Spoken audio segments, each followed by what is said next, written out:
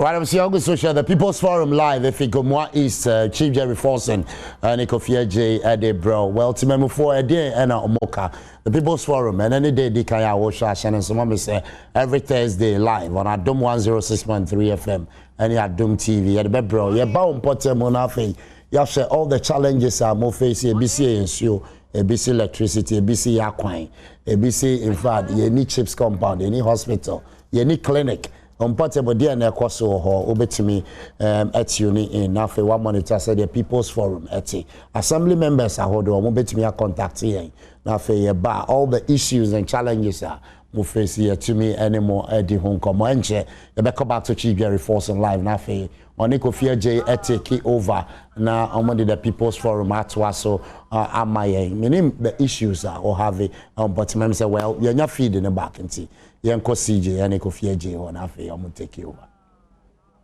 sahina medikan ngwanto ahina ogomo fete sanso me ye apesma kan test 2 na na official pa afin komo tue yo nana ye ba ye no manfo atwetwe nkomo woma de oha hodo no a ena de atudwa but wakoyo hene wa hai wonso so bia bi wo ho a wabɔ nanikam a wonso so bepesa wo de betudwa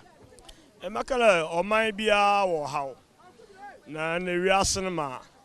akaye no beebi ayo makala ye nya hawo da ye be nya hawo na ma ye gudo aso ala ye tu anamar ne ye de boa aban ne ye na afemede na nanom so ye wa afemede na mama kan mpa no ha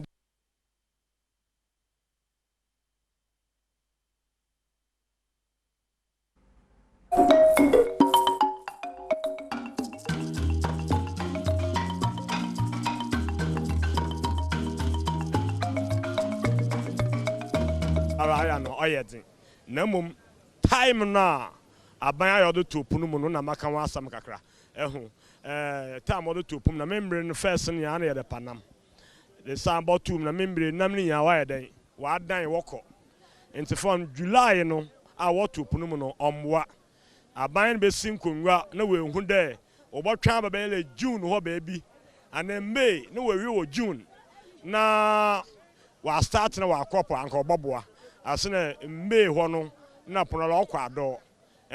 nti from June July ho nyina no na ye hyase kwa ye panam this as about 2 mbele July na ebu na August na nam ka se nya wa adan woko so obanam so na ye bo afalefo no ye bo ho fom ye wo education side no ho na ye wo tradition eyi wo ho nti ba na so wo je penny Ampofo mana nkasa papa no wa wo ba che ho time a wo do ko onyanam na time so a wo kwa wo onyanam oyanam oboboa sinda akragefo no batena ho na wa consult wo ho na wa hye time ya keke na wala hyamra omboa apofodom no oyanam a oyedin nana ye koye nimu no eyade anananom ahemfo bi amune asoye a ehwe eposo adwuma ne ade ne betena se se ne be ya mo so so mo betimi akyira dwen breast say ye close season no breast say ye dibie nananom ahemfo ayade a mo ne asoye no betimi atrase na matu sa na mo no asoye no se otum na o man ndi da ye won hia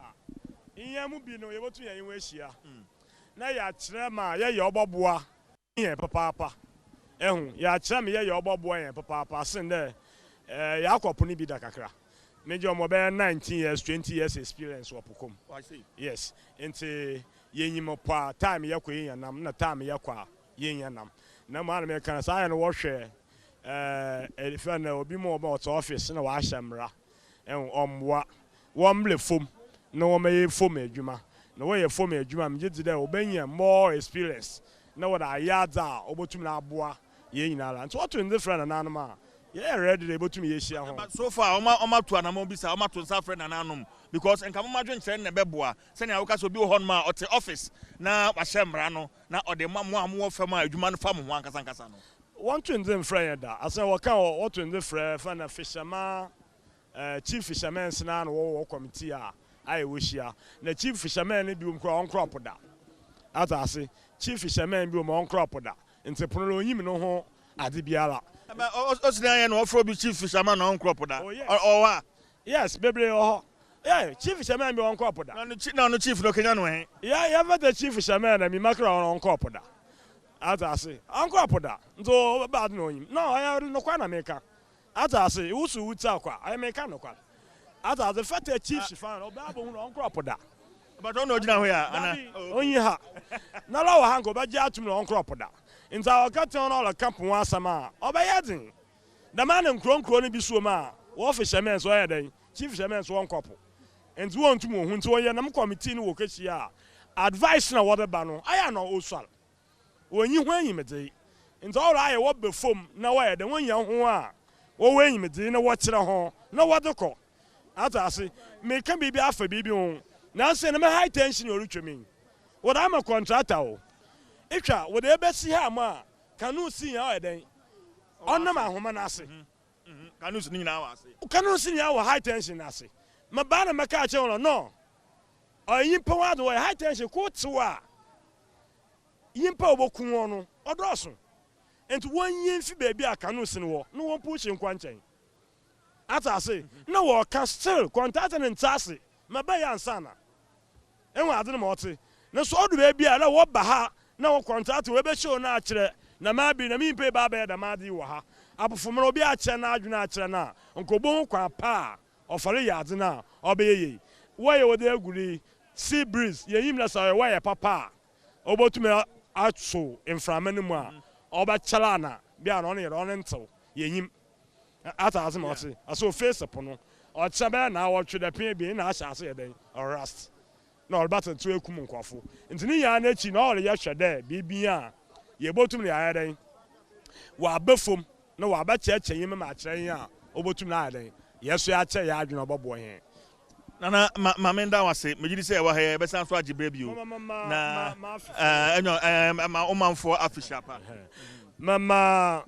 gomafate ahobakase akwamwa ye bedi mama oman no na wiase inala akwaba le ye bedi gomafate ahobakase na ye di na asomdwi mu impuntu mu edawo mu obiara owa manandi anawoga na ha iye fatei leba ha free na yeden bra na be kan ho ne nda afi no na oha obi anyi ho bibi enyi ho leba fa adwene pabla na so fo adwene boboa e mo obiara akwaba na afi our friend akosia akosoro ntoba obada alabado ye bobu pa ya de ye bobu pa ekosoro ntoba no obaya wonderful this year atase say ye kwa ado ye twon na nanum ya de ye ba frem na ye bu ma obaya agro no ba ye den obaya den for obi a onnim nani so no mu di agro no sen nana oh ana mo ma ye nde ye ntum nkasi sia mo oye akusoro ntoba ba na sa no na sa no ona ye bibi dam say ana wala atopabu oye na sai ana say wa na atopa festival na no ye nya atopa festival ye wo akusoro ntoba na mo befoma na sa ne ye atopa ana ye de sa atase ana mo ade ne ye den oye soro nko nti ye welcome nkofo ya la womla na afi obeye soro nko na medase papa eti say what say ya we are still here the people's forum ewo gomu afete ye wompona no na sese ene omanfo etwetwen enkomo wa ye no nkasa ye bia no bomoden na opani bra na me no so entwetwen enkomo ye free ha ye beko main station ho a ho so omanfo aye krado etwen ye na ene omon so akwakotwetwen enkomo opani afisha pa afinkomo te about your friend saying medindi na kojo anan out today bien chidom hin gomu afete okay nana ye ne omanfo atwetwen enkomo ma ye ntie won so how ben na omanfo mo famu ha bedawase gomu afete aye kro a enyin na se erba mfide erba ya efa main road ana efa kaswa town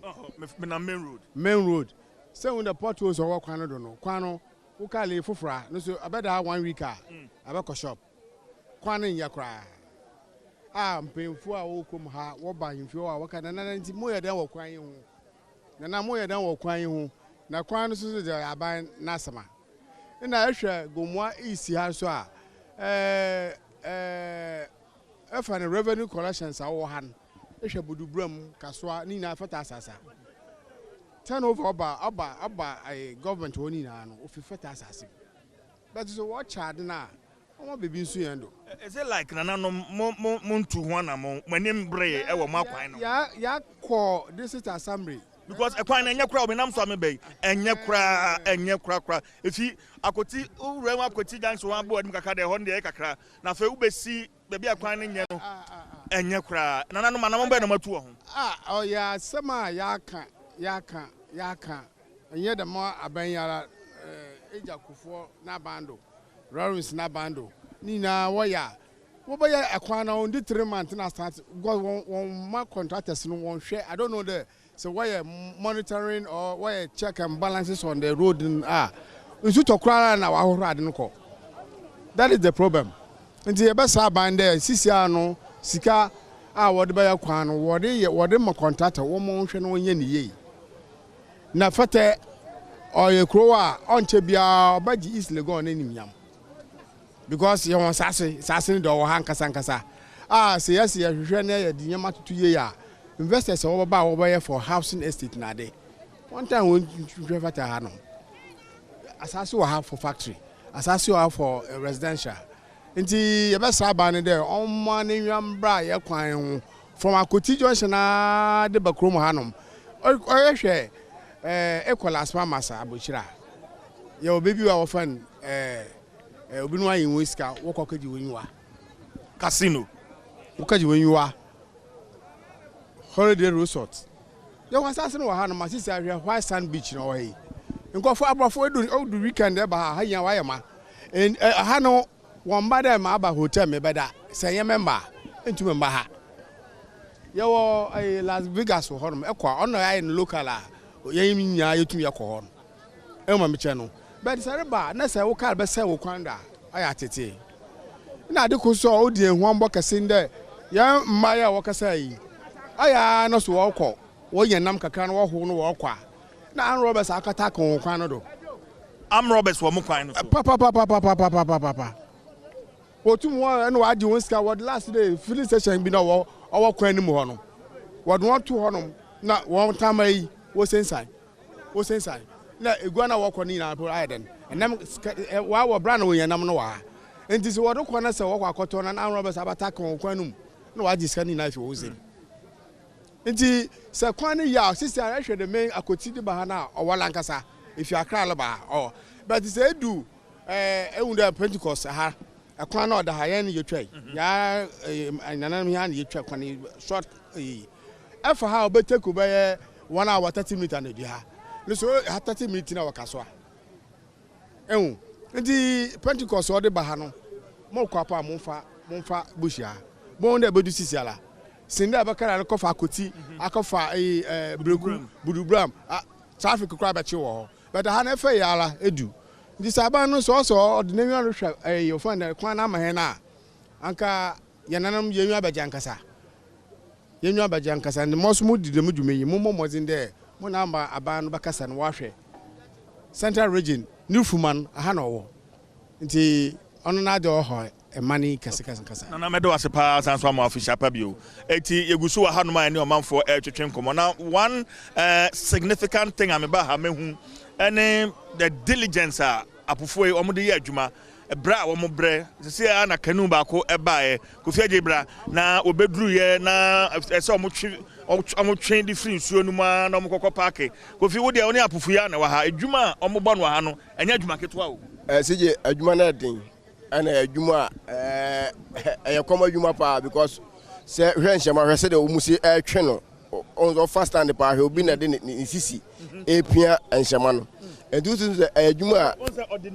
yes no dia ko hye we na se opia because wa anya ne sa ebesa ati free se de ka se kana ati free ebesa ati free akohye apunim endutu se adwuma no nya adwuma ketwa eno hwe sebeo se je hwe munsam se idea ukwa homa na wo twen no abrante ba ko owie ya me de me sato ne nsa ya me hu say yes ya to so achia be ma ena se so ya be ma nye de na re office now ah we say memre no so tia say enye easy so and I think say edu time I say ye de niam agugu akwam na enipa ho tom because you can send and I agree with you say abaya ya de say see defense project why no ha but say wo solve problem back na problem no e create another problem na solution no create another problem and I say wonye hwe see I see defense because the last time I eba that was in 2020 and say eba beto aba no Adom FM ye be the big debate ewa ha me ba ha no na say adwuma yi ekoso see defense no na ekoso na o ma wie ni kama but the issue of light fishing manfo no hwa o man ni o makasa wo poya no ha nyina obia ka light fishing no I think say the minister in charge of fisheries honorable Mavis Hawakumsen so tibitu na ho na mo na odebo apofo no yeah because I think say recently minister no call western region no kan asem say on behwe na o ma chichi sa nkrofo no but you see esije de kan ya ne say o man we emra no dos do ye mra no dos too much because ye obibia ho mra nanso as enforcement no anya adwuma and apart from enforcement no as a whom you know no so doson as a human face ye chi nipa na bo se pani bi afro we dey me wo fa ase we ye me nananom we ye me ma me ba we sane ma no so kan bi na ama adentimi nkoye because recently na follow story bi nipa no na on tax so mutua tax no bo so afre pani bi osoro na pani na afre DC no like now was as a pressure never this in so as a this in ya the money me once or just come on mine then so be interested be ni penny be na say oh China ni na foreign na no good business ni was say no mad this in pressure na say ade say this in ya be more man nya ska no na afi o ya no kwan foforo so I think say say man adu time I say ye nyina pese o man ye there be our president say me anya citizen me anya spectators say ye nyina anya citizen there adibu we say yetimi like yetimi yire ho na yede mra ya twuma because untimi ka say afarefo nkopo na obi nso de nsema kwesi ponu mfimfin ana so de sa boat nkitu bia kwesi ponu mfimfin no aso light na obi na no ohiani ordinary Ghanaian na ode ne micro school the same people na say a person kwala ni nya ko school fees nso akwala no ko school betu school fees because primary ne SS na free invest in so enti sakwala no timi kwa SS invest na ho say ofo ne boa ne ba no ko invest na nipa no timi ebe sa ebedu sa Mpensenpensemu na afia awofo no to mo no enam say papa na djuma nye maami na djuma nye nti ontimi mpushi akwala no nko sa invest ni enti bo se nkwala dodo na awie SS na yakafie yentimi nko school nto aso biem because aden adjuma papa bia na obetimi dia tua school fees because na hostel fee cry 4,000 5,000 afari ni be no betimi na 5,000 akotua hostel fee dia enti say e de toto nam a yemfa nse maami enyan hu a we dudu sei ehia na obetimi aton enam ye we kura menye so say ya che kura na ya che awie na wasan de akogu anwa ma wa che awie na e bia ba ko be 5 cedi enam we kura enu be 100 enu enti sika hin no benya wom aboaboa no e de aye ne ese otumi de ye yeah because last week once on the we go so ba be see oven and on be fridge amode na cold store ni ade na busan say si esi wie na obi so de light esipu ni mu a afarefo no na mo menya we no de be gu cold store no it anwe ya na aban ni so ade hu say me ye landing beach na ma si cold store si oven ni ade na ma be gum no ahwe ya na asa maso because e be wie no na sad na be white enti e be wie no cold store ni be si ho ovens ni be wo ho babra yeah because enam no eso ko for oponim ana nam so ndin kwakra enam no mfiri Burkina eno ngo kwakra na mfiri China mfa megum enti ese nam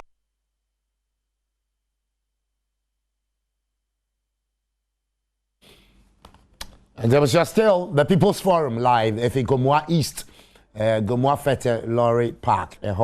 and I see in currently beach hono if you obeko Gomoa Fete Lorry Park we here live on Adom 106.3 FM and indeed just it's me establish a connection with CJ Biwa na fe wa peke aboke yam konti CJ take things obi aben eponokra be we say ye ba ye afare for ntwe so e say no mo ye see defense e dey abo no ye we amapo na I stable because first na kan so to a anase nso ni ya obo nse keka nshema no bom ebi kura timi nshema sai e me bi kura timi famu ahwero mu ka I remember say 2 years ago kura be story a edipa bi kopo a nso ni ka nshema no bom ebi firim so it as all because of na asrochina no odin by no mo ye ya mo de abo no ye no timi sama asrochina ba emo gidigidi surface no ntia no say no yade aban na yade but omo how no ankasa ni premise for and afei lighting fishing na because ama utumi so e ba e wa hwe a emo bre en ensema eba nyina no enam nim hwema na guai obi akuta na pampan obi akuta o de sije o hwe enam ema ne enketen esesa wan keten na omunya utum se enam nipunim so jaze I no munya so on face first na ka unze siye first na ka enim se August time na eburofo fraba no sa time no na a number but the same August now so na yetu epunum July August na yetu punum edu tun say afare for na statically no time yedu tu punum emwa because that time na feel na nam na dey aba punum because awo ba and I think say number punum but almost just that time no emwa I think say na kan so be on be bia May April May mu aho na kan no be boa na fe light fishing no so no abaya hwe na ordinary form say the be ya afare for no beto because ye so we did me osro na nkwala of form ne ekwam de omo a onya hwe so ta say so we osro na we did me na nkwala na form no ekwam de omo a yes akwala did me a efi adwo na brodo ofi akwala nsu because brodo ofi a akwala de ya onsu but se brodo ne fie na akwala nsu na adwo a okofa ede na do ma no okay enti ye ma brodo ne form okay Kofi ya beben hemen a abai me ho so pani ba ko ejina ho na fe ye ne no atwetwe nkomo ya hwe enam a wo mu ko anti mato motu mu atwetwe nkomo kakra wa bre wo mbusa na asem yo mata ase okay enti ma yemra na fe ye ne opani mse ne watutu ntama no na hema ne dia ho ye ne no entwetwe nkomo enti se wo hwa hemen afiansa na o maba wo obete ka nke beka say o parke mamene opani entwetwe nkomo mgidi so na hema no ne dia oso nkasa patobra menyo nkasa ai aha menyo nkasa ntina so Kofi we wakwa aba no enama onya na fianse na oba be yi on onira we aha on friend mama menyo ntwetwe nkomo kakra ai on friend mama menyo ntwetwe nkomo kakra opani pato fa habra menyo nkasa aha Mwache afisha paso afi ko bote boto froden o fe bu se ya okay boto wa so ekopo ehun me kopo de ayo pe kakra ti wa me ayo pe kakra se adwuma no teden se adwuma no onyen kodo ye na so wa me akwa mumpo aye bo skibi anyo ye bo akwa mo si ye mo mwa ye mo pa okay aye po adwuma be mfian be mfi be dunu ne chi kra first me otole tikas ne e ba ne be pa mo ye hema me ye de kra so ne chi nu ye ja poko okay nana ma ndo wase Kofi wanya ni wura no oso nkasa ho oso akasa wabre okay ma ontwe ne hema no enwie na ye ne no entwetwe enkomo ma no so ewa ha ifa to ba ha omo moton nuane bi ti se emo ne enkwan abenkwan mo sa ne frɛ no nkate aya no ane ade nyina akoso ewo pona no ha yeguso wa ha ye ne ye nanom ewa ha ani on betwetwe enkomo mame boto mi nkasa kakrai enfi ha hu okay enti mami ya amanfo ni bi na menye won twetwe nkomo boto bra beka kirem mengwan bra beka also come to na onye demand yenye demand o come dia papa yenye demand wa to pusa se yenye hwe tam wadi ba yana man wadi to punu mun se yenye nam punu yenye nam bo kwampo wenye bi punu da punu yenye bi da to ma yamba mu edi se yamba mo ko school bu adi ba mo ya ba yamba mu yenye bi da ma yamba mu da to ma wedi huma we school so wati fie so yenye adwuma ma ho nti ya blanga sente na do ontwere mo hwe na ya blanga sa okay mo hwa yen wo TV so no yam say ebre no aso as I say the TV so dey no esi but on Adom FM yeguso ye be call station main station ho na any omanfo e ho no so akwa twetwe enkomo the People's Forum and then don hwe mienu na ye di no gumu afete ha ne di kan no ya di free epoya no ha na yede abrel me production team solid production omo ha ne omo studios wo enkran enti ye betwa ye ho sima na fe ye ba na fe omanfo omo ye krado wo the main lorry station wo Goma Fete Krom so ye ne omo so atwetwe nkomo taxi drivers ne adwadifo omo krom ho nyina so ye ne omo betwetwe enkomo na ye de omo no disem no so e de abrel. So stay with us for comment to Facebook na enjebre na ye nkenkan enfama minu yakwesi asempa ewo Adom TV studios obesom e de amayen e besan so share obio ewo krom midi the Chief Jerry Forson.